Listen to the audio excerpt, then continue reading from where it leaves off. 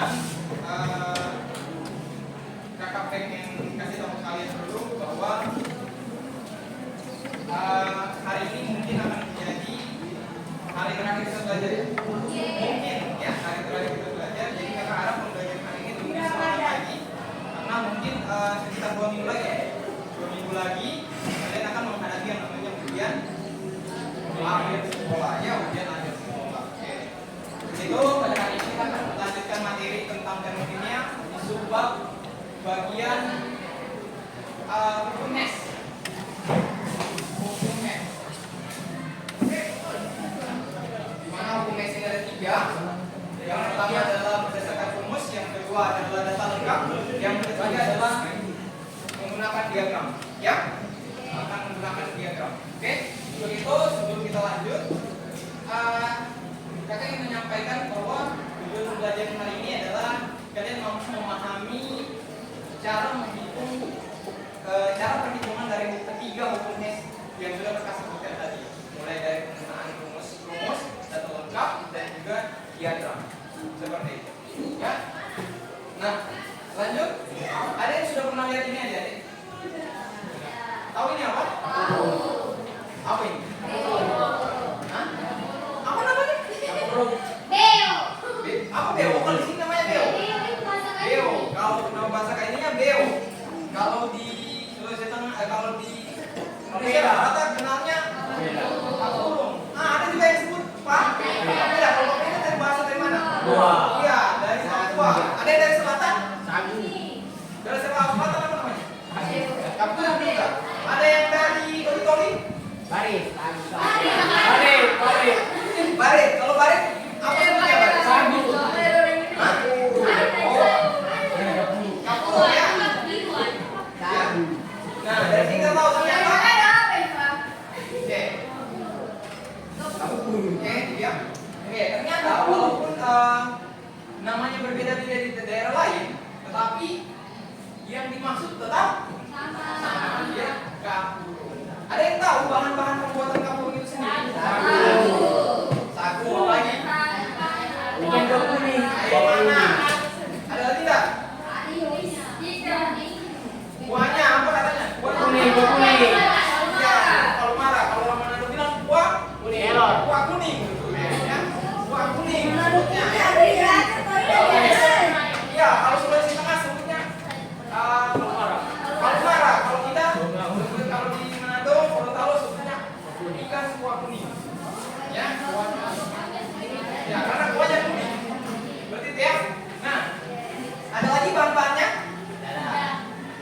Ya, itu tinggal berikutnya. Nah, yang kakak ingin tanyakan di sini adalah inti pembuatan dari kapurung ini. Apa saja bahan? Air panas. Pertanyaan kakak, bisa nggak kalau misalnya kita ganti air panasnya pakai air dingin? Kenapa?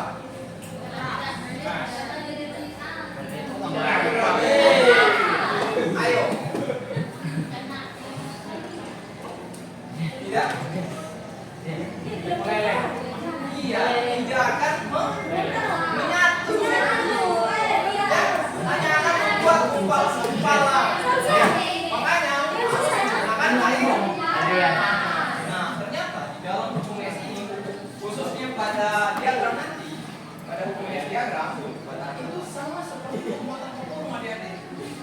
Ya, ternyata kalau misalnya pembuatan kapurung itu walaupun bahannya sama, ya air dan sagu plus sagu, akan tetapi dengan cara yang berbeda itu akan menghasilkan hasil yang berbeda. Contohnya tadi, kalau airnya panas, air panas plus sagu, ini akan jadi ya jadi satu disebut kapurung. Ya, disebut kapurung. Tapi kalau dia pakai air dingin, disebut kapurung tidak? Ya, bukan kapurung, ya. Bukan kapurung.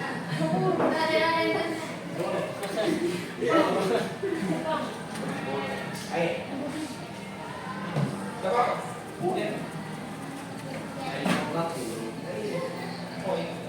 Oke, mereka tidak disebut sebagai kapurung. Nah, untuk itu yang kalian harus pahami ternyata di dalam profesi ada kaitannya pembuatan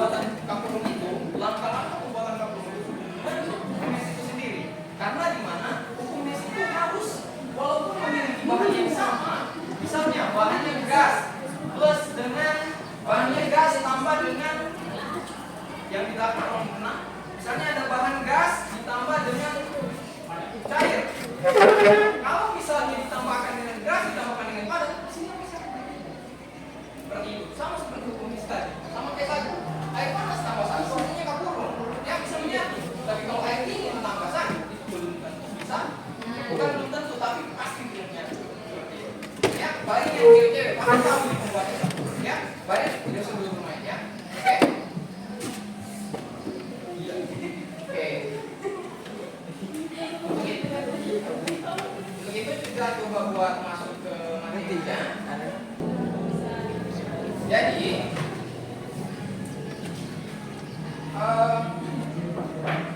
hukum es ini ya, hukum es itu merupakan perubahan entalpi suatu reaksi hanya bergantung pada keadaan awal saja.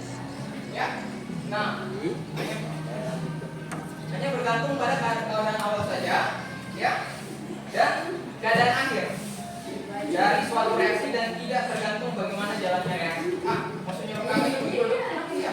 Mati lampu.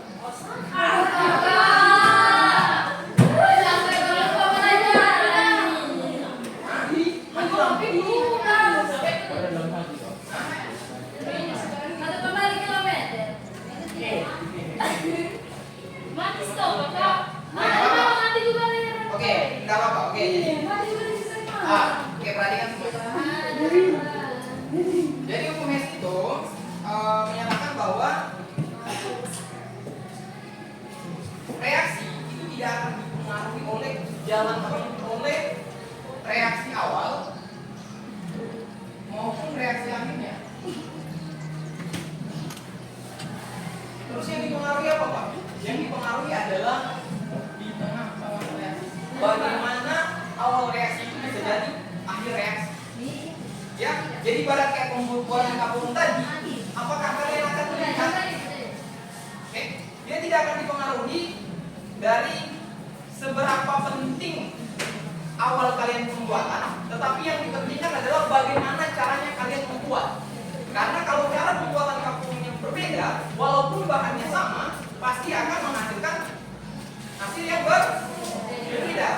Sekarang ingatkan, hukum Hess merupakan hukum yang menyatakan reaksi itu tidak dipengaruhi oleh, tidak dilihat dari reaksi awal maupun reaksi akhirnya, tetapi bagaimana jalannya reaksi itu. Ya, coba diulangi, siapa namanya? Siapa? Yang ujung. Ayo, coba. Apa yang maksud bunyi hukum Hess? Yang kamu pahami aja. Coba lihat bantu kakak.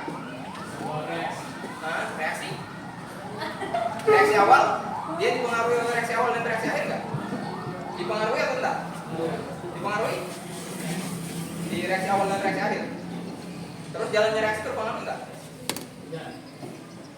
Kurang mempengaruhi. Oke, kakak ulangi ya. Kayaknya belum terlalu paham semua ya. Oke, jadi hukum Hess itu tidak dipengaruhi oleh reaksi awal atau reaksi akhirnya. Enggak. Dia tidak berpengaruh. Apapun hasil awal di awal atau di akhir itu nggak berpengaruh. Tapi yang berpengaruh adalah bagaimana proses dari awal itu menjadi akhir. Kayak pembuatan kapurung tadi. Kalau misalnya kalian membuat kapurung, ya itu nggak bakalan penting. Kalian mau pakai mineral, kalian mau pakai maison, kalian mau pakai apa saja bentuk airnya, zat cairnya terserah kalian mau pakai zat cair apa, ya sama sagunya terserah. Jangan sagu yang lain, pokoknya sagu. Ya sama sagunya terserah. Ya dia tidak bakalan lihat apakah kalian menghasilkan kapurung ada racunnya, kapurung ada apa, itu tidak bakalan pentingkan itu. Yang dia pentingkan adalah bagaimana proses jadinya kapurung. Ya, nah kakak berikan satu contoh. Misalnya kalian kan membuat tadi kapurung plus air kan. Kalau misalnya pakai air dingin, terserah kalian mau buat, tapi dia tidak bakalan melihat itu. Dia bakalan lihat apakah jadi atau tidak. Tergantung jalannya reaksi itu, apakah berjalan atau tidak. Kira-kira menurut kalian kalau kapurung plus air, sagu plus air dingin, itu bakal jadi tidak? Tapi ternyata dia hanya memperdulikan prosesnya. Oh ternyata tidak jadi, dia mau jadi nanti dia tidak peduli. Seperti itu hukum Hess. Paham? Nah untuk itu hukum Hess itu memiliki rumus delta Ini rumusnya. Ya. Nah, adapun rumus umumnya ini sama dengan sigma, ya, sigma delta HF reaktan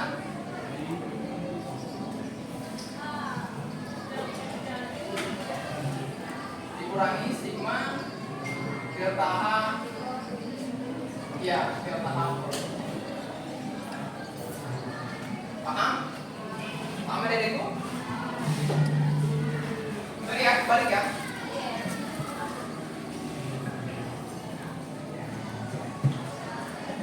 Kurang reaktan. Oke, ini jeleknya sama mati lampu ya. Seperti itu. Oke. Ini apa? Kita bakalan coba buat mengisi saja sesuai dengan ini rumusnya ya. Jadi ini rumus dari delta HF.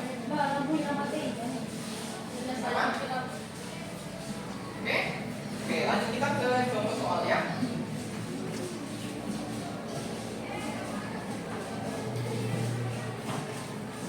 Itu saya ucapkan terima kasih atas pembelajaran hari ini. Karena PPT-nya sudah kirim. Oke. Nah, untuk itu kakak ucapkan terima kasih hari ini. Semoga adikku bisa mengerjakan ujian dengan baik. Bukan lulus. Oke, kita akhiri apabila terjadi